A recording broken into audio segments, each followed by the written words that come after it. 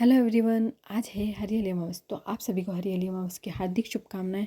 और हम यहाँ बना रहे हैं मालपुए। तो 1 कटोरी आटा लेंगे, आधी कटोरी चीनी और थोड़ा सा मीठा पानी। और ये जो बैटर बना रहे हैं इसमें हम गर्म पानी डालेंगे ताकि बैटर सॉफ्ट बने। और अब हम इसमें डाल देंगे मीठा कलर। अब इसे 10 से 15 मिनट रेस्ट के लिए छोड़ देंगे। अच्छे से मिक्स कर लेंगे। अब हम इसमें डालेंगे इलायची पाउडर थोड़ा सा, उसे भी अच्छी तरीके से मिक्स कर लेंगे। फिर हम गैस का फ्लेम ऑन करेंगे। फिर रखेंगे हम कढ़ाई और कढ़ाई में डालेंगे घी। घी को अच्छी तरीके से मेल्ट होने दें। चम्मच की मदद से थोड़ा थोड़ा बैटर डालिए। इस तरीके से आपके मालपुए बनके तैयार हो जाएंगे। और इस रेसिपी को आप ज़रूर ट्राई करें और मेरे यूट्यूब चैनल को लाइक, शेयर एंड सब्सक्राइब करें।